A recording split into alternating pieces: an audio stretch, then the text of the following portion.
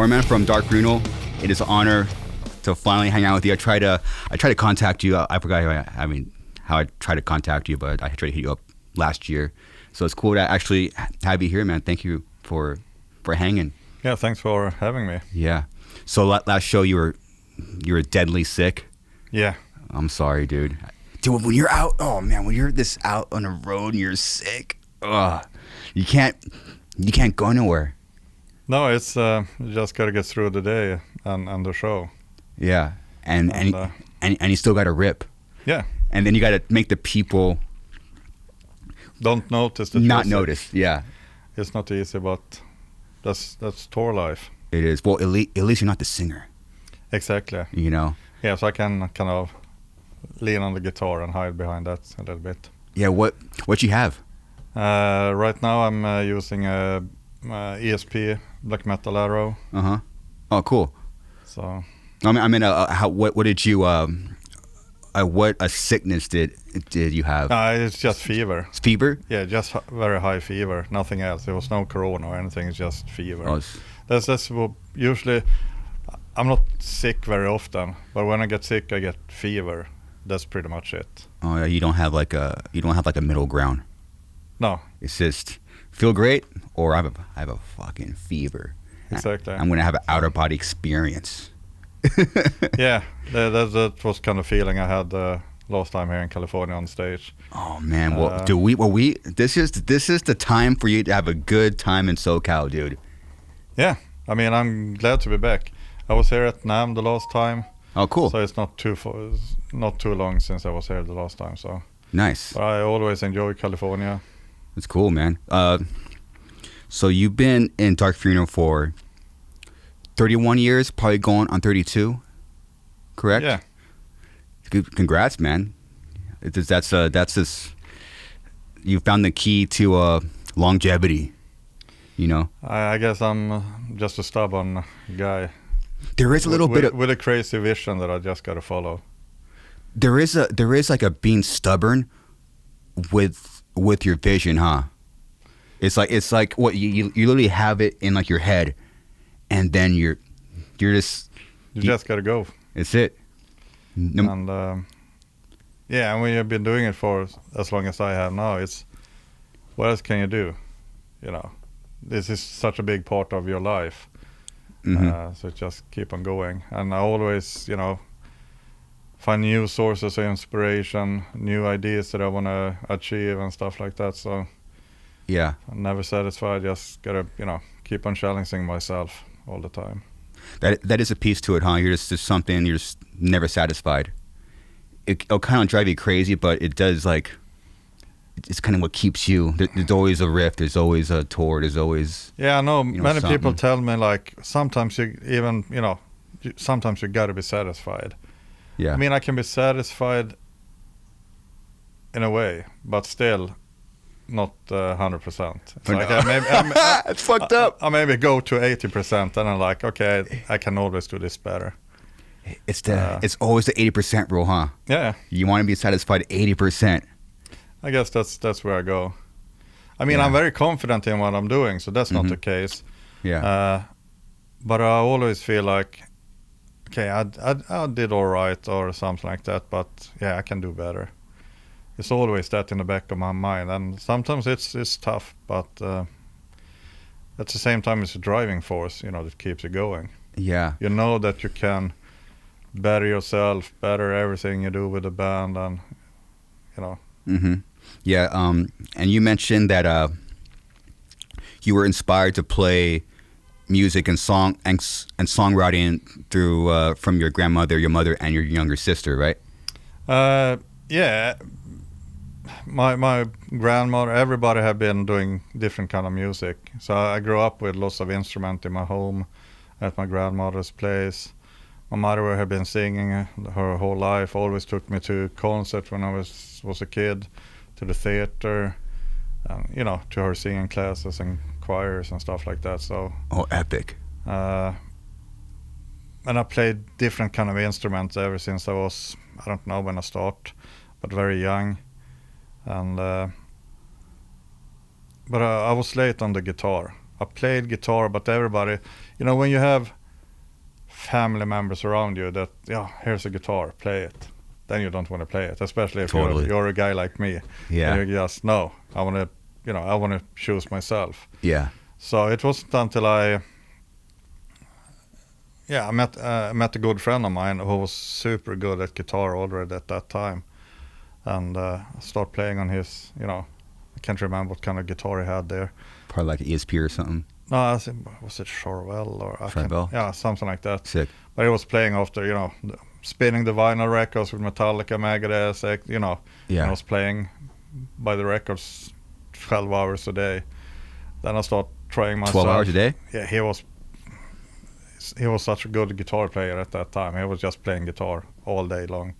Even after all the metal records he bought. Even on a toilet, you think? Yeah, maybe. Okay. I wouldn't be surprised. Yeah. But yeah, then I start picking up the guitar from him, and something just clicked at that time, and then I start playing. So it was one of your good friends that inspired you to. Yeah, I guess so. Watching him, it's like, man, is he ever going to stop? Yeah, but it was cool, when you have a friend who just put on a record and he just play every fucking song he put on. That was pretty cool when you're 15 years old and see that. He was a couple of years older than me, so. But that's where it started. And then after a while, he and I and another guy started my first band called Satan's Disciples. Mm-hmm. And there you go. Nice. I want to ask you what your what was your upbringing like? How do you go, from a kid going to see choir to, okay, I'm going to, get into the black metal scene? I don't know. I mean, I've always been interested in the darker side of human nature and the occult and stuff like that. Mm-hmm. It's just been part of my soul ever since, I guess. So for me, none of that have been weird or strange. It's just been natural to me to enter that world. It's nothing that I've been thinking about that, I'm going to, start reading about this topic or anything. It just, fell on me natural. And then I just followed there. What, was there a particular thing or a moment or even song or what? It's really hard to say. But I grew up in the north part of Sweden, where it's either very cold and dark, or sun 24 hours a day. No sun. Yes, it's either way. Oh, okay. Summer times the sun was pretty much open 24 hours a day, all around the clock. And the winter time is very dark and cold. So it's just two kind of. And when you grow up like that, and also in the north part of Sweden, people are very reserved, very melancholic, I guess. It's part of our nature. Yeah. So it's it's difficult to really pinpoint on one or two things that really took me this road. But as I said, it's just. I was myself. There was nobody else when I grew up who was interested in this. It was me. So I kind of always walked my own path. Okay. So that's why, while everybody thought I was weird and strange, when I was a kid, well, he listened to that kind of music and he think this or that. I was like, well, this is me. Take it or leave it. Nobody going to affect me and what I want to do and, where my interest lies. It's cool, especially around here where it's so people just want to be it feels like people just want to be accepted all the time, so it's unfortunately it is a rare case where someone actually just doesn't care what the other person thinks, especially at such a young age, teens. That's when you care about what people think about you, but you just didn't. It's just you just followed your own thing. That's what I had to do, and it's like when I talk to my parents and my childhood friends, they all say when they see me now on tour and stuff, they're like, yeah, you always fucking walked your own way. You just, you didn't listen what anybody else said, that you can't do this or that, Yeah. But for me, it's just the way I am. I don't think much about it. There's no. And nobody gonna change me, into being somebody I'm not. Especially now. Yeah, exactly. Now I'm already born for life, so. Yeah, you're like you're kind of you. Yeah. It's like no, it's no going back now. Once you put on that corpse paint, you're not going back. No. Once you just. No, but I think everybody think too much about what everybody else think. Like you mentioned. Why do people do that though? Well, people are judgmental. They look at you and they judge you by your look, and then they kind of burn you. That's the way it's always been for me. But for me, it's like, I don't mind being the black sheep. So for me, it didn't bother me. But I think it's I don't know. People should just try to feel more free inside of themselves and be who they want to be. I think, and don't care about what everybody else think. Mm-hmm. Well, that's and I guess that's what we find with music. We create our own universe, which is ours. Nobody can touch that, and that's one reason we do music, I guess. That's true. It's true. It's especially when it's your, especially when it's like your own band. It is your own like universe. It is. Yeah. Where you feel comfortable. That's where you feel your safe spot, and it's just there you feel the best when you're one with the music, and especially the music you created yourself and with your bandmates. When you were growing up, were you ever like religious? No. My grandfather was what you call I can't remember the English name for it. But it's never been much religion. Well, my mother was in a choir, so sometimes she sing in the church and stuff like that. But I've never had any religious kind of pressure on me from anybody or anything. So. Wow. So when they're singing in choir, then you come in. At what point in your life did you kind of come to your parents or like, hey, I want to be in a black metal band, and this is what it's about? I don't know if I ever mentioned anything. We started. We started my first band. It was called Satan's Disciple. I mean, I didn't really have to say much, to describe what I was into. So it didn't bother them, or? No, I think Wow. At that time they felt crazy, like, dude. No, but I felt like at that time I was kind of it was kind of chaotic part of my life, that period. So when I found the music and start focusing on playing guitar, that's where my focus changed. So the it was still chaos, I guess, but it was a more controlled chaos and good chaos than. What was going on? I guess I was, skipping school, drinking too much, and doing things I shouldn't be doing. Of course. So fuck yeah. So so the music kind of saved me and put me on a good path. But that depends on who you ask, of course. Of course. But for me, it's the music changed my life and my priorities. What was the band? What was like the Pacific, or what was the handful of bands that really made you focus on that stuff?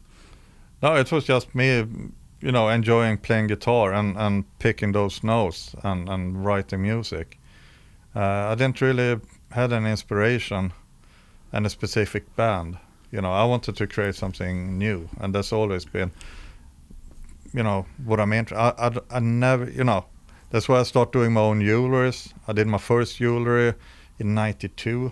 I was like, I don't want to go to the store and buy a upside down cross or pentagram like everybody else is wearing. It's always been me. I want to create my own stuff, whether it's music, designing, whatever it is, clothing, jewelries. It's always been in my interest, working with designs too, and create things I want to wear, things that nobody else wear. But now it's pretty cool when I do my jewelry. Lots of other people like it, like the designs. Yeah. And this is not like, well, it's my signature jewelries that I create, but people don't have to like me or the band to buy it. I just, this is separate from that. This is cool designs that I like myself, and that means something to me. So, and it seems like people like them. So it's doing pretty good on the sale for that, and that's cool. When you can start creating something for yourself, and then others also like it. That's cool. That's cool. And just as you're talking about it, we'll put up pictures of it when it's going, so people will see it when they're watching. So it's cool. So there was no there's no particular black metal band that like kind of pulled you. You kind of just followed your own thing. Well, there was not really any black metal band like Dark Funeral when we started, or Satan's Disciple. You had Venom, Celtic Frost, and all those bands.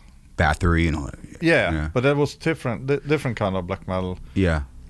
My generation, when we came in with all the Norwegian bands and some Swedish bands, we brought something new to the table, and we tried to, I think, well, now I speak for myself mainly, but I think without us band who having the idea of creating something new, pushing the boundaries and creating something more extreme that at that time, then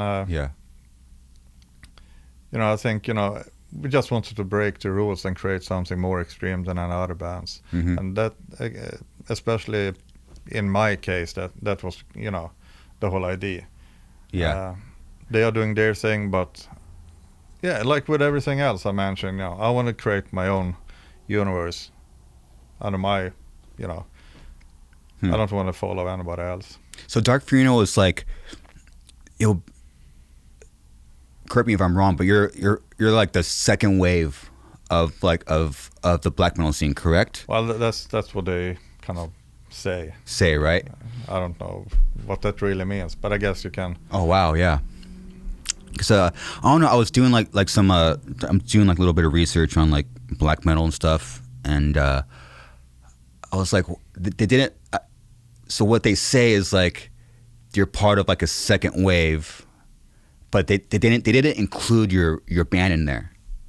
It was like they put like like Mayhem or like those kind of bands. Like, why didn't they put Dark Funeral in there?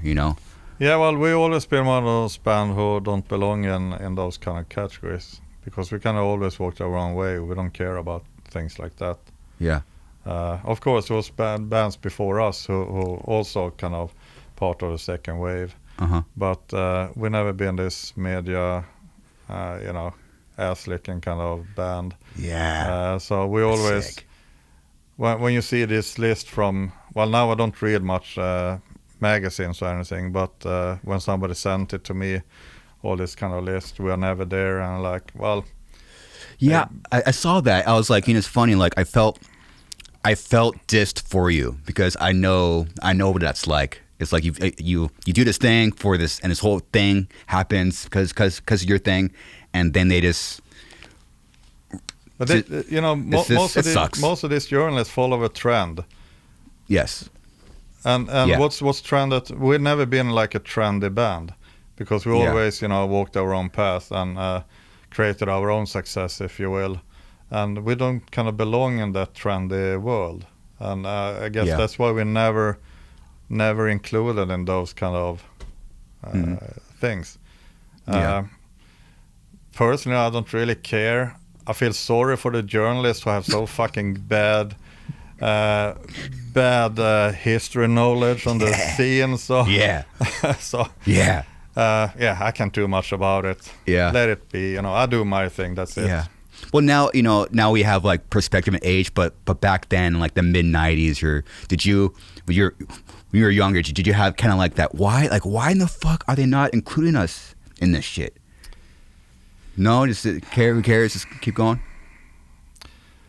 I did. Well, it's always been. It's always been like that. It's also how many black metal bands have won several music awards? Not many.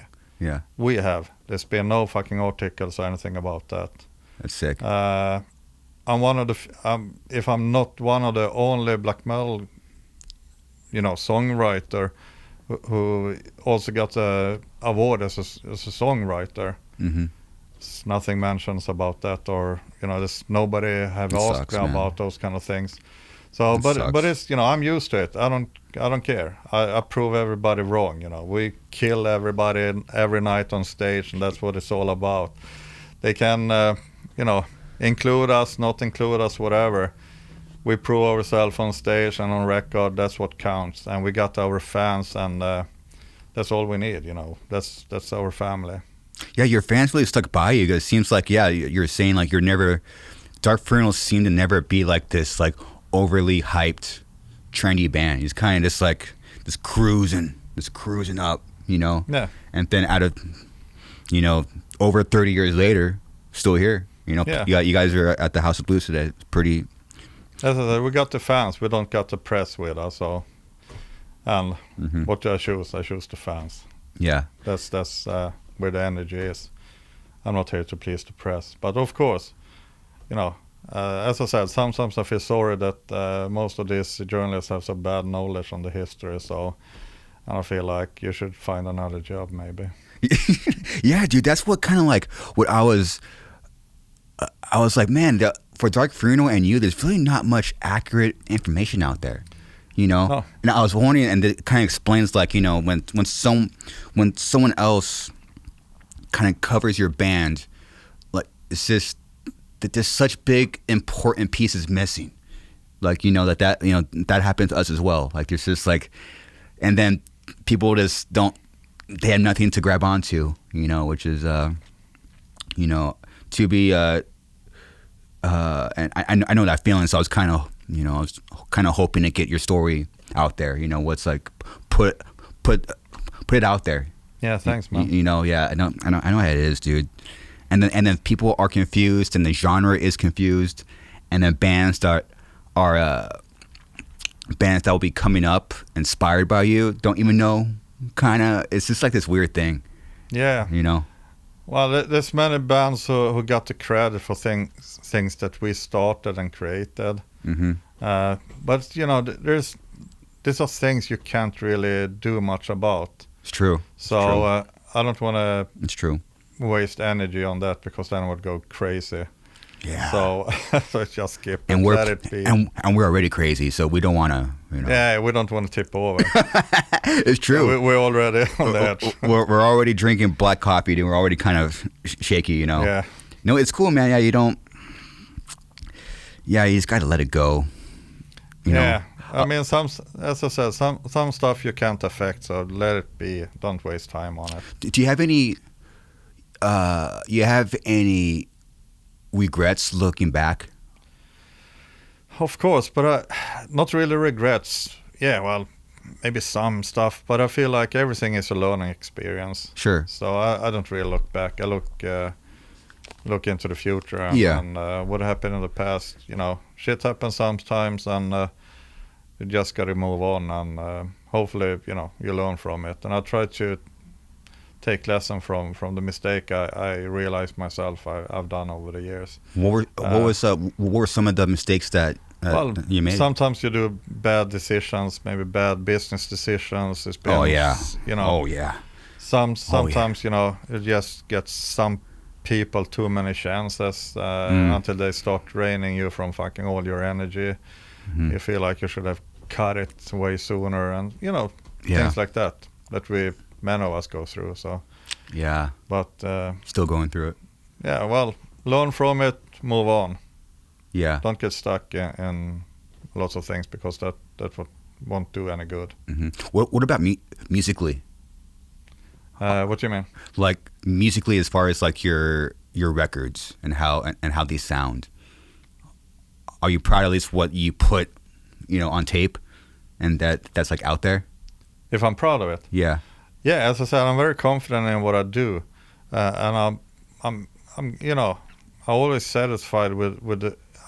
When I write a song, I never release a song I'm not 100% That's cool. satisfied with. But when it's on recorded, then of course I always feel like I could have done that or that better. But then I think there's another record to be written, and then I work on those kind of things to improve that for the next time. Yeah. So like with that, there's no reason to get stuck in certain stuff. You got to move on. And that's the way I've always been.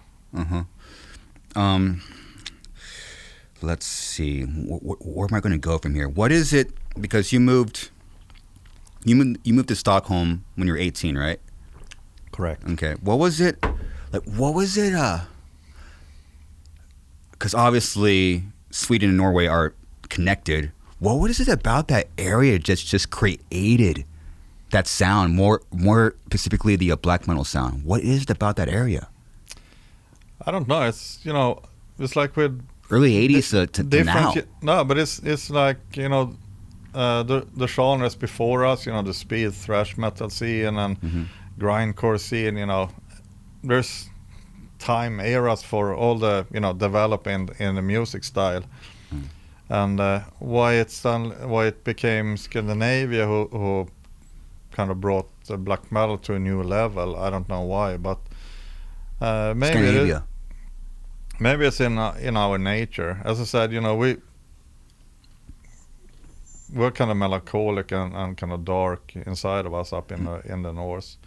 So I guess that's in our human nature to to express ourselves in that way musically. But black metal though, like this is like this, like the most. How do you even say this? It's like such like a dark, not only dark but emotionally dark style of playing and music. Like what I was like, man, what is it about that area that's created generations of bands? Waves, multiple waves, 80s and 90s. It's crazy. I can't really tell. Huh. But as I said, I guess it's something in our mentality up there. What is it about? What are your religious beliefs? I follow my own. Your own. Inner devil. That's what I always done. That's why I always walk my own path. I pick inspiration from different sources, of course, like many do, but I've never. It's the same there. I find inspiration, but I, collect pieces from where I feel fit me, and Okay. And I share this through my music. I don't really talk much about it. Because, I know. I feel like I've never felt like I'm a good speaker. That's why I kind of always felt like I can express myself better through music. Yeah. Unfortunately, we force ourselves to become better speakers when we become older. Because we try to communicate our ideas, through our limited speaking language. It's tough. I'm 38, so I'm still trying to figure out how do I say my thoughts to people so they actually understand. Yeah, I always felt like I'm really bad at that. That's why I don't really go into certain stuff. It's not that I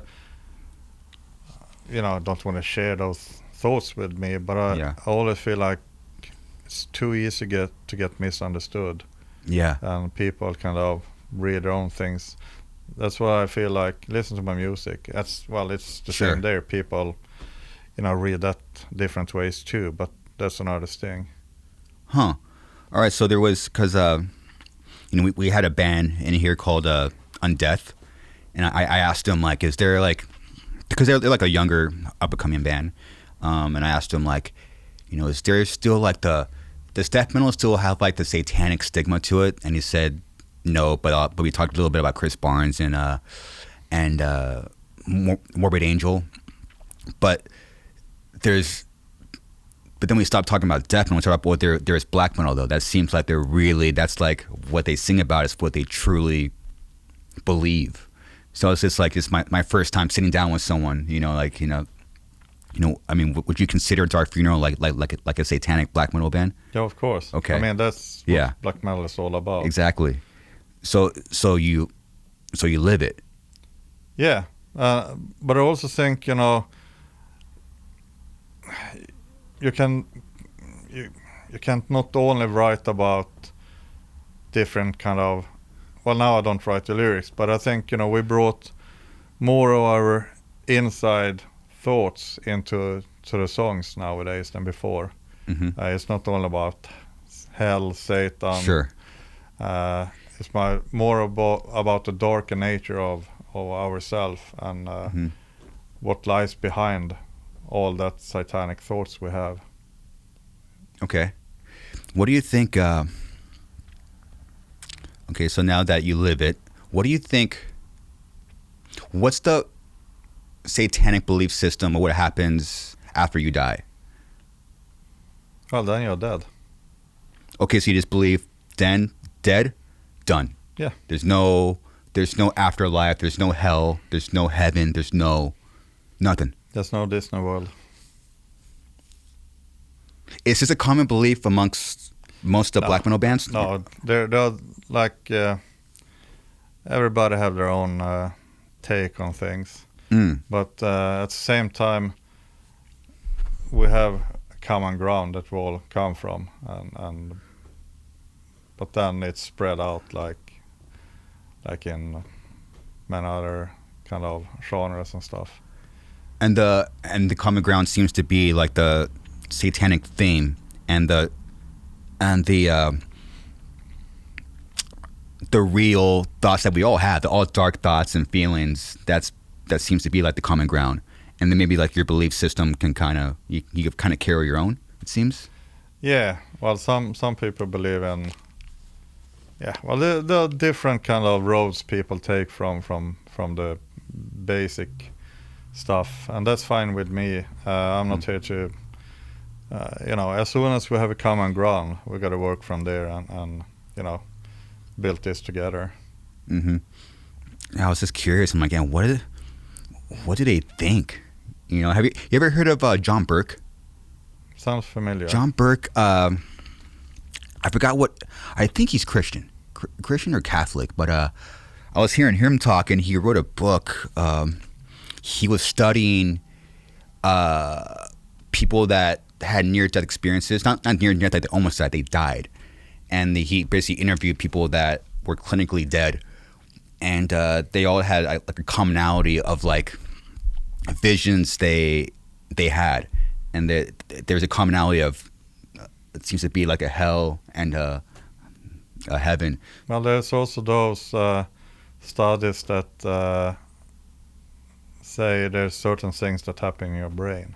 Yeah, and then there's that. Okay, well, the idea is scientifically is when you die, your brain does release like a chemical, and who knows? That's they also call that DMT. Yeah, I mean, none of us know. So yeah, none of us know. None of us know. And I don't expect anything, what's going to happen after death, so if it's happening anything, because I don't know. I like to stay real, and what I know, that's what I can, go by. I don't go around and believe and hope for certain things that nobody can tell. Mm-hmm. Show me proof of things, then it's another thing. But in this case, there's no actual physical proof or anything, so... There's no physical proof. Yeah, it's tough, huh? Yeah. Have you ever had this conversation with anybody else? Well, sometimes, yes. But as I said, I like to see evidence when I discuss that. And just people, mostly refer to a book or somebody who said this and that. Mm-hmm. But but that's no proof to Yeah. me. So prove Yeah. it, then I'm all good. Yeah. But until then, I'm not gonna believe in things. Wow. Yes, because I was thinking, like, I wonder if he has like conversations with fellow black metal bands and see how they, because Yeah, but everybody have. they all have their own. Yeah, and it's all good with me. I don't care, Because we still do this together. We are still one True. scene, and Mhm. I know there's certain people who don't accept our, but I've never. It was like that already when I started. There was so much fight between bands in Norway, Sweden, and Finland. Finland too? Oh, because Finland is right there. Yeah. Well, I guess it was mainly between Norway and Finland at that time, not too much. Really? And Sweden was stuck in the middle. Yeah, and people want to, like, you should pick side on this. or Oh, that. shit, really? And I've always been like, well, we're one family, we do this together. I'm friend with all of you, so I'm not going to pick sides. So That's cool. and it's always been my philosophy. And So what there's this bands beefing, or what's the? yeah, and it's always been like that. And I never participated in that. It's Who was beefing? many bands. So including some of my old band members too. Of course, was of course. That, but Yeah. I felt like I have more important things to do than talk shit or backstab people or whatever. Are you competitive at all?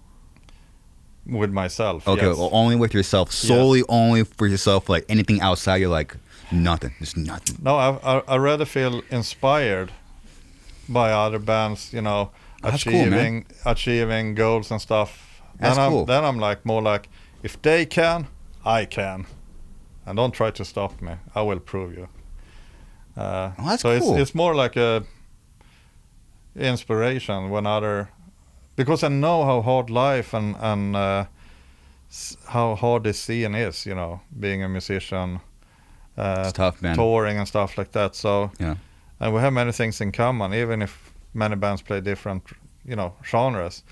But people like talk shit about, they suck. Well, it's, if they tell a headline band on a big festival, they suck. Well, you're sitting here, they are headlining this big festival. So, Yeah.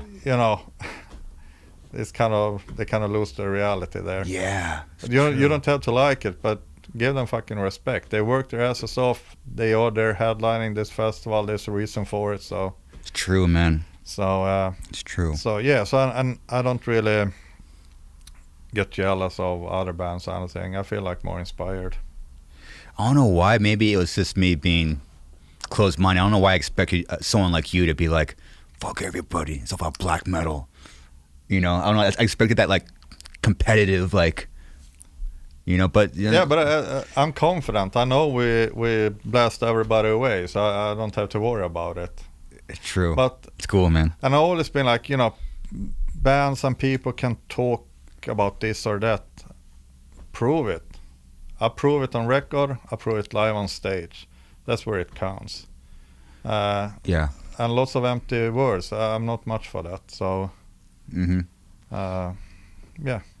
And as I said, whatever genre you come from, we still have so many things, metal genres, we still have so many things in common.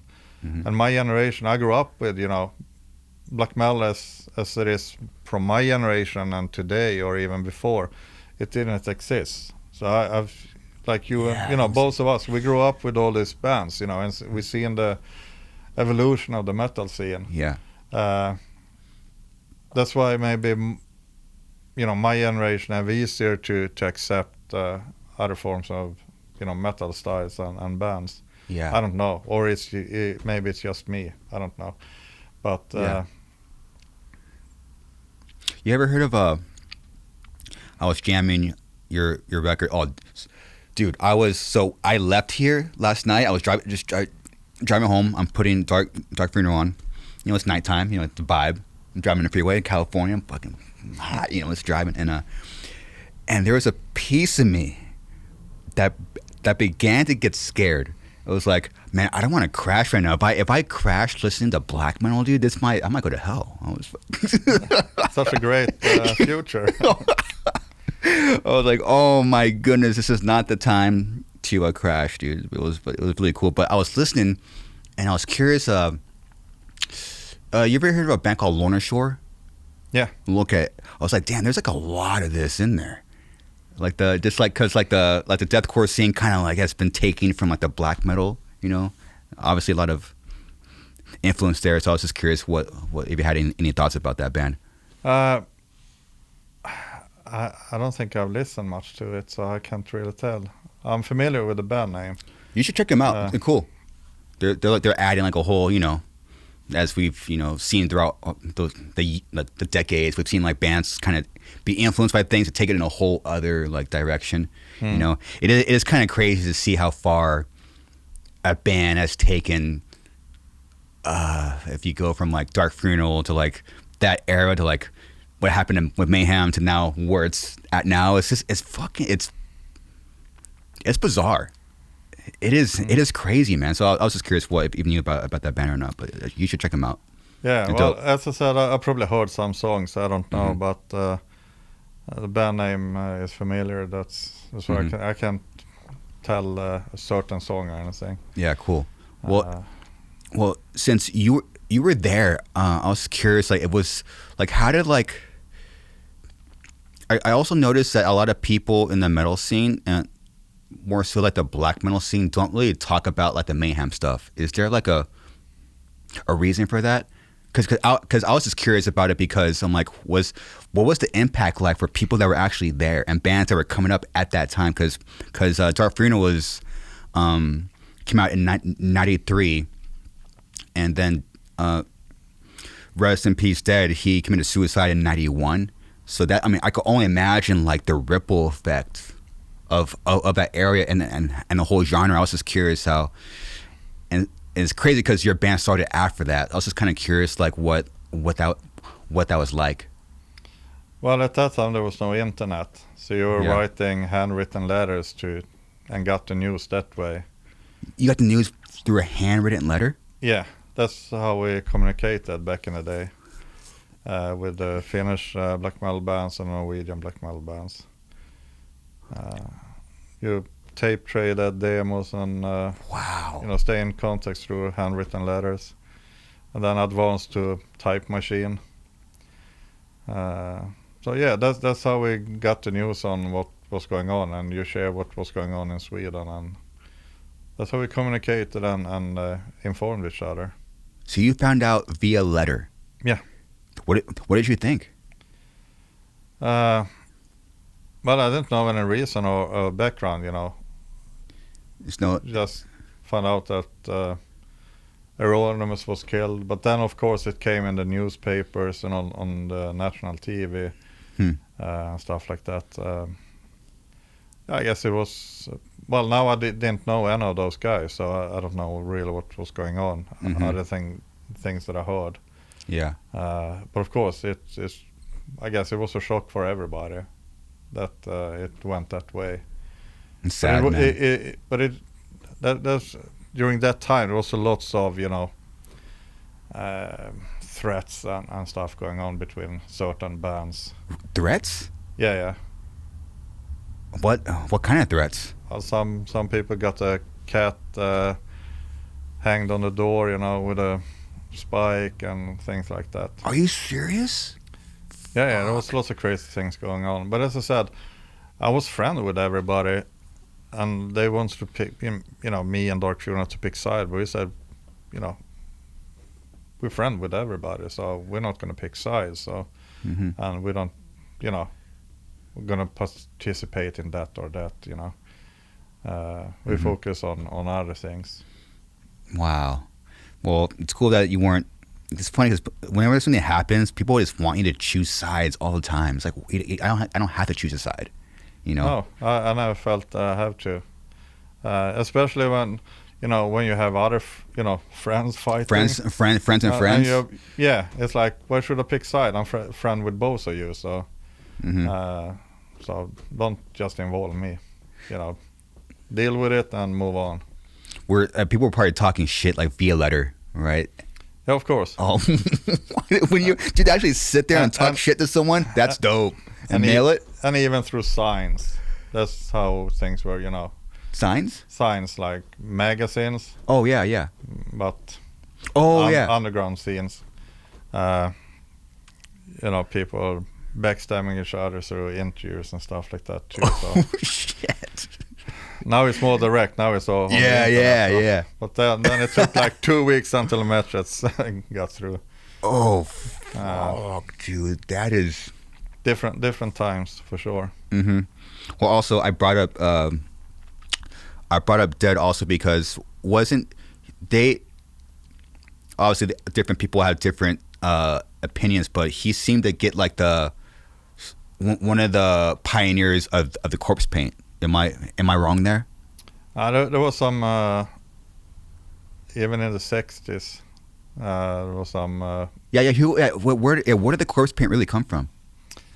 I really don't know, but I know now. I can't remember some. This is some famous musicians. I've seen video clips from it, and I think it was in the 60s.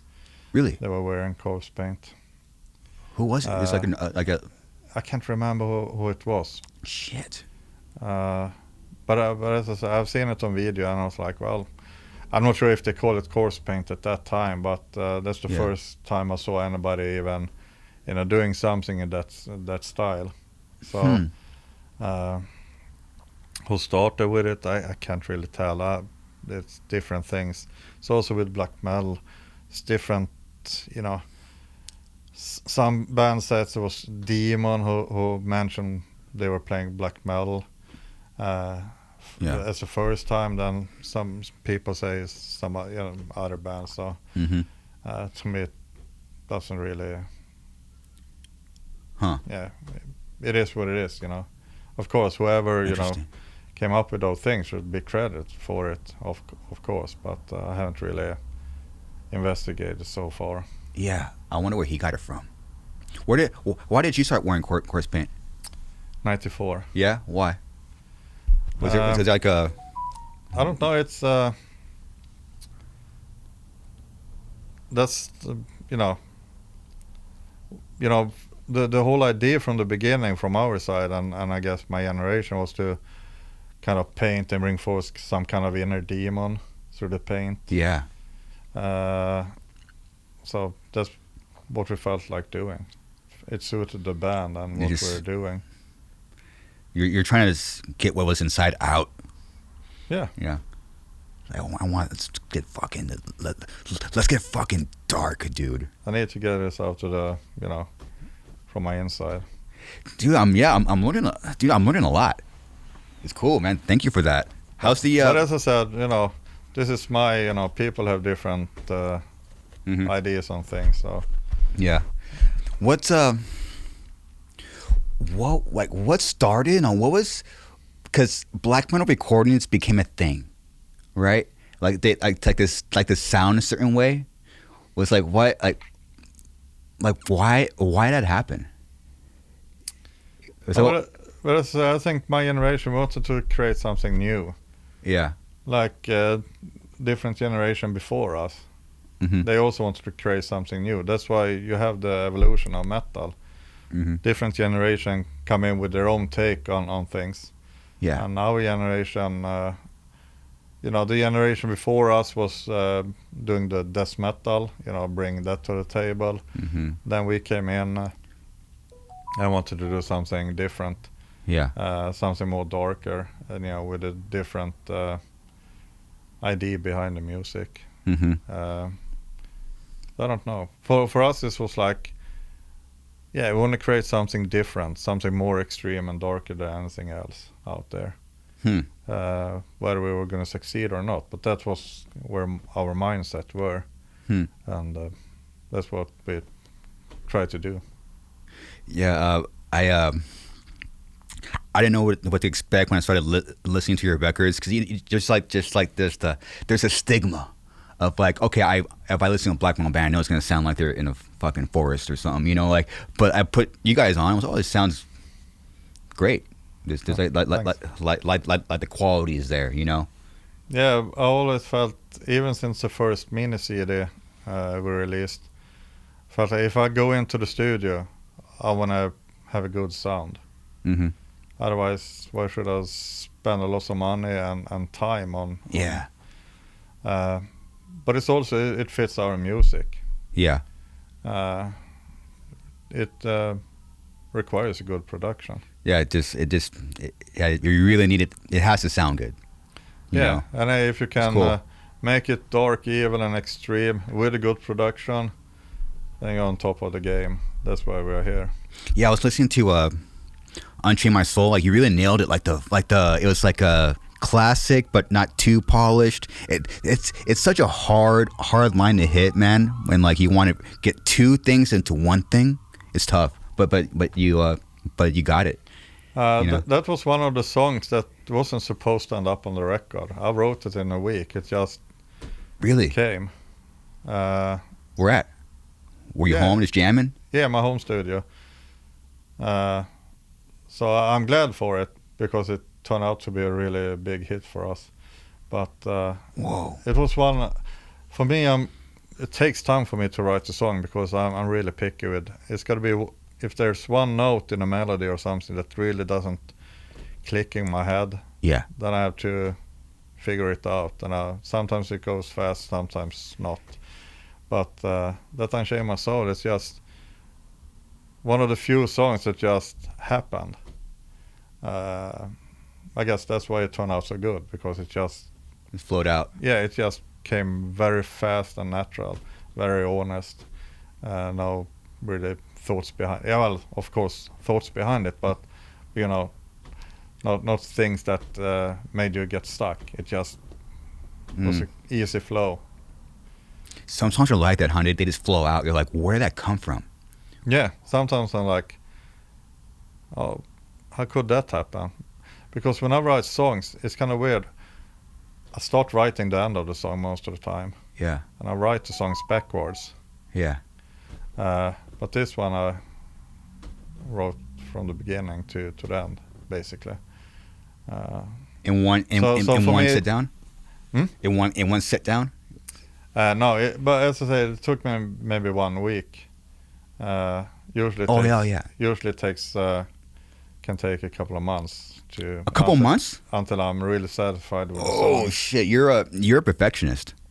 Yeah, I work on things until I feel that red line from beginning to the end. Until you feel dead. It's like, oh, I put my entire fucking soul into the song, just fucking riff. But sometimes you just gotta let it go. It is done. Mm-hmm. You know, I learned how to be easier on myself and just, okay, it's done, instead of getting too stuck. In the early days, I could get stuck, and I was like, how should I finish this? Now I kind of worked with myself a little bit. Mm-hmm. So what about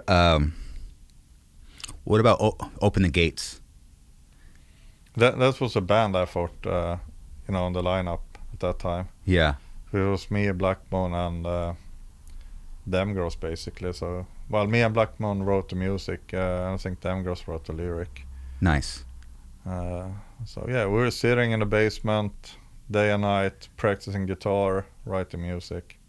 Day and night. Yeah. I had a pillow and a sleeping bag with me. That's cool, man. And we stayed on a hard concrete floor in the basement. Yeah, that's sick, dude. Yeah. That's sick, dude. Well, at least you had a sleeping bag. Yeah, well, it was a long way to get home. It was some travel, and the metro didn't go all the night. So okay.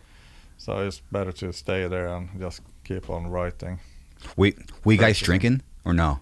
Yeah, of course. Yeah, so yeah. Lots of party at that time. Fuck yeah! In the basement? Come on, man. That's sick. Yeah. writing black metal in a basement partying. Come on, dude, that's sick. Cool. So it's more like a collab, like just in a room jamming, like just noise. Yeah. Until something hits. Yeah. So that's cool. Let's fucking work on that thing, or that sucks. Let's try something else. Yeah, that's basically how it worked. And we had, I remember I brought this tape recorder with a small kind of, like a clip microphone. We hanged it in the ceiling and recorded. Nice. And then you were home listening to it in a tape player, try to figure out how to work on the song, and the next rehearsal you continue. And I have many of those tapes left. You did? Yeah, I saved. I have lots of boxes with. We ever put them out? No, I don't think so. I don't know how the quality of it either, because I haven't listened to that in 30 years. In 30, dude, do like a fucking because you just put out like a reissue, right? Yeah. Yeah. Oh man, you could put up like some cassette demos. That'd be sick. It'll probably take you on a weird journey till you re-listen, try to find those. Yeah, it's gonna be lots of hard work to go through what would be able to use and not. I mean, the sound quality is quite horrible, but I guess some fans would really like it. I guess because it's tough because there's something that you hear and the fan hears something completely different. Yeah, I think people would really appreciate that, man. Just tape demos. Yeah, I never even thought about it until now. That I have all those boxes with cassette tapes. That's history, man. That's literally history. Yeah. 30-year-old cassette tapes. But the fact that I think that the fact that you even still have it says something. Well, it's been in the box forever in the basement, basically. So. No interest in 30 years. No interest to go in that box and start jamming the tape. No. Wow. No, but I'm not much to look into the past. Yeah, you're just a forward-thinking guy. Yeah. I gotta look into the future. Mm-hmm. So man, I gotta go to Planet Fitness right now. I can't be listening to demo tapes right now. No, more or less. I got more important things to do than go trying to relive my life. It's cool, man. How's speaking of that, are you going to Planet Fitness now? Not today. Today is a kind of busy day. Yeah. Lots of meetings, interviews, and stuff like that. So cool. We'll see tomorrow, or we have. I think we got two more shows than a day off. Nice. That's definitely Planet Fitness. Cool. So we'll see. Dude, what kind of workouts are you doing in there? At the moment, I can only do cardio. Okay. And then use the massage, which is the black massage at Planet Fitness. Now I have a inflammation, like a tennis elbow, in my arm. Really? Yeah. Oh shit. So I'm not allowed to lift anything basically, other than a cup of coffee. How does that affect your playing? I kind of raise the guitar a little bit, so I don't have to stretch out the arm too much. You serious? So that makes me. Oh, but that's good in a way, because then I get to practice on smaller movements when I play. So it helps me to become a better guitar player at the same time. But after the show, I have this liniment, that burns before I go on stage. That kind of heat up. Yeah. This cream. So I kind of put both my arms. So when I go up on stage, both my arms kind of burn like hell. And then when I get off the stage, I take this ice cream to cool it down. Ice cream? No, ice cream. Ice gel. Yeah, icy hot. Yeah. Right. Okay, cool. I was like ice cream. Yeah. I like that. I like that. So it's that's cool. But that's what you gotta do. I mean, it works okay, but it sucks too. But it's getting a little bit better. How do you get that? I don't know. It started the first festival we did this summer in Poland. Oh, it's recent. Yeah. That sucks, dude. And after that show, the day after, And I was like, oh fuck, I got pain in my arm. Then I went down, to help out, carry the bags in the, all the cases to the shuttle before we left to the airport. And I just picked up one case, and I was like, it felt like my arm was gonna, it was so fucking much pain, and it kind of killed my strength in it. It kind of like a hit, and I couldn't even move it. I couldn't lift it. It's just so much pain and no strength. So before the tour, I went to lots of shockwave therapy treatment, and I guess it helped because it's much better now than it was like 1 month ago. Because then it was real bad. It's just a few months ago. Yeah. Fuck, were you? And my problem, I don't have patience to get this fixed. I don't have time for it. That's why I'm really strict in I don't lift anything, because if I keep on lifting stuff, it's just going to take longer until I'm back okay. So I try to be really careful at the moment. So I do cardio. I need cardio anyway, so it's just good for me. Good, yeah. It gets your blood flowing. It gets you sweating. It burns off that donut you had the night before. Exactly. Yeah, which is very important. You don't want to be out there playing black metal fat, dude. You don't want that. Yeah. Well, now I'm in a bad shape. I used to be in better shape, but I had lots of injuries and 2 surgeries and 2 surgeries. Yeah, I had 2 hernia surgeries after each other, and so it takes time to get back. What was that from? It just lifting cabs or? I don't know. Just happened, and twice in a row. It's like, so I've been on tour. That's why some tours I've just been standing there because I just got out of surgery. Fuck! I was on stage 3 weeks after. 3 weeks? Yeah. Yo, let's go. Yeah, I was like, I can't cancel this tour. I just got to get through this. So. What tour was it? Maybe it was that US tour. Actually, the last one. Oh, with the 200 stab wounds? Yeah, and then the one before. I had hernia. I did surgery between the tours. Then I got on another X-ray, and I had a new fucking bigger hernia. And I went on tour, all in pain. And then I did surgery, and then back on tour again. So, and it was kind of difficult. I came with a list to the hospital, like, okay, here's my tour schedule. I have these days when you got to fit me in for the surgery because I got to go on tour. They were like, dude, that's not going to happen. I was like, well, you got to make it happen. I got to go on tour. And I was so lucky they managed to squeeze me in. But the good thing, I don't drink, I don't do any tobacco, so I could do on last minute call. Because my body's clean for surgery anyway, so I guess that also helped me. Like I was the perfect patient to do those last minute, cancellations time and just jump in and do the surgery. But it was tough, 3 weeks after the last surgery, I was on stage, and I could, I could hardly move my body because I was kind of stiff. Oh fuck! But, yeah, and to get back in shape after all those, injuries and stuff, it takes time, but. Yeah, I gotta keep on, working on it. What's the normal healing time after a surgery like that? To be honest, I don't know. 3 weeks does not sound like a optimal.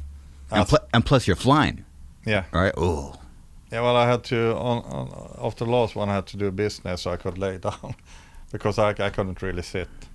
So I did business class over here to the US, so I could lay down. Oh, yeah. in the bed. Is that how you got that cup of coffee? Someone at the airport made you a cup of coffee with the dark funeral logo on it, right? Yeah, that was in Mexico City, I believe. Really? In the lounge. So we were sitting there. We had a layover. The flight was delayed, so we were just sitting there watching movies in the lounge. And 2 of the staff people came with coffee. We were like, oh, we're big fans of you, so here's some coffee. What? That's and sick, we were like, dude. what the fuck's going on? So that was a nice surprise. But we had been flying, so that was the 3rd time in that lounge in 1 week. Oh shit. We had been connecting over Mexico City that week, so there was a third time in a week we're in the same lounge. So I guess they had looked us up and figured out who we were. But it was a nice gesture from them. That's cool, man. It's cool. Yeah. So they treated us really well. They got those golf cars, drove us to the gate and shit like that. Dope. So we got royal treatment. Man, so yeah, we're gonna put up pictures of it when we're talking about but someone literally put your logo in the coffee. Yeah. I never got that. That's sick. First time for everything. I wonder how they did that. Apparently they have machines, like a 3D machine or something. Oh, okay. They can do that. So they can do pretty much anything. Man. But still, I guess they went on the internet, downloaded the logo, put it in the machine and made coffee for us. Yeah. That's fucking sick. Very nice treat for sure. Well, that's a goal that I'm going to work towards. Just get... You haven't succeeded until you have your own logo in a coffee cup. Oh my gosh.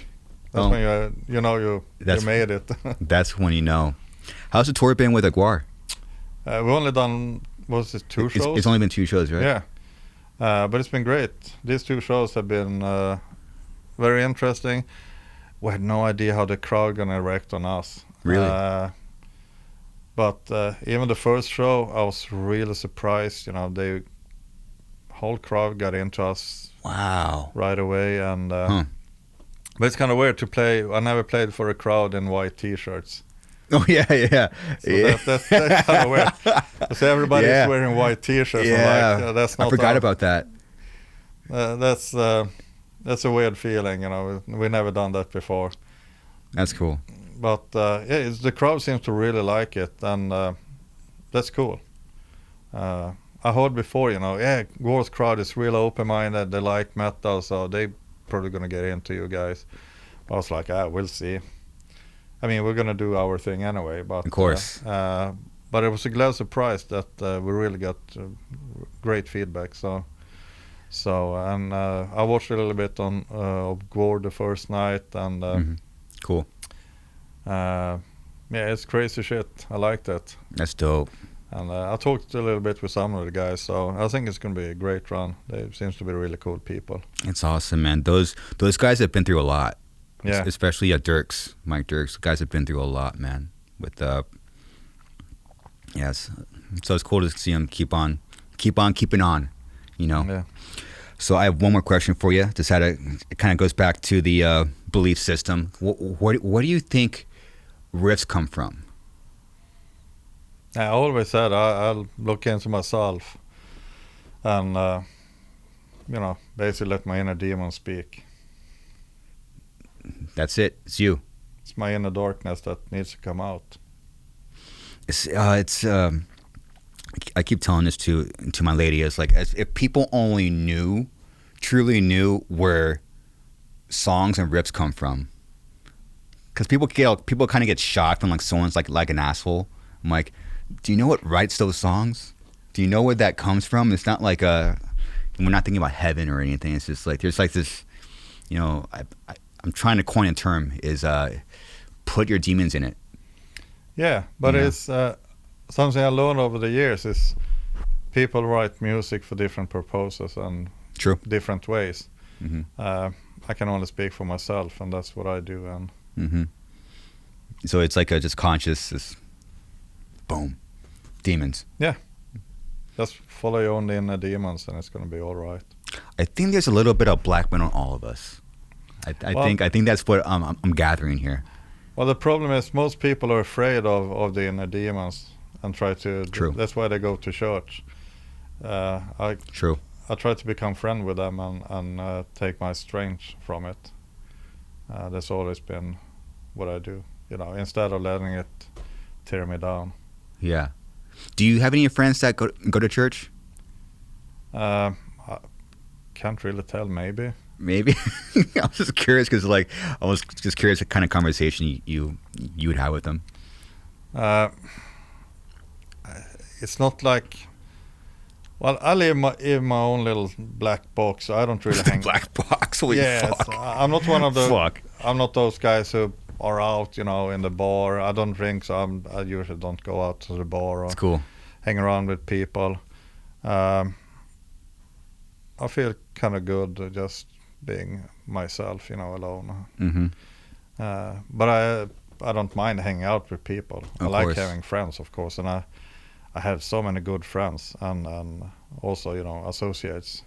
Yeah. So my world is very big, but I live in a small box anyway Yeah. when I'm home.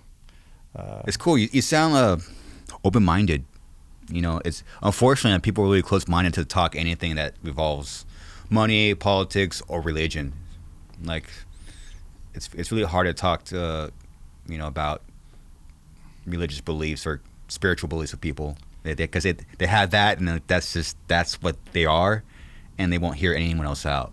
No, but still, there's so many things that I keep private, of course. Sure. So I still have my limit and boundaries where I want to share with me. Mm-hmm. I don't want to be like an open book to the rest of the world. I want to have a private life too. Of course. So it's very important. But I used to say, you get most of it from me through the music. That's where you get to know me the best. Mm-hmm. Were there any bands that are there any bands that really showed you more support than others, especially throughout the years? Because we were talking earlier how it seems like a lot of people weren't talking about Dark Inferno in a way that they should to really include you in that second wave. Was there any bands that really kind of stuck up for you guys? I think we have so much good support from smaller and bigger bands. Yeah. Within the scene, there's no issues. It's more in the press. Okay. I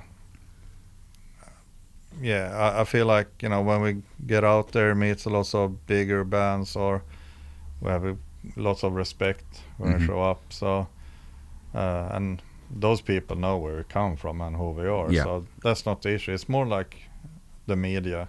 Sure. Who go by the trend instead of the real history, I guess. Yeah. Yeah, so it's so like the bands would come up to you, hey, Dark Inferno, it's like one of our. I mean, if you would know all the phone numbers, big musicians, I have my phone. That's cool, man. Fuck yeah. You'll be very surprised. So I that's why I feel like I don't need to prove myself for the media or anything. I'm confident and I know where I am and who we are. So that's why I don't need to worry about those kind of things. Mm-hmm. Well, that's one thing I learned from you. You're your own guy. It's cool.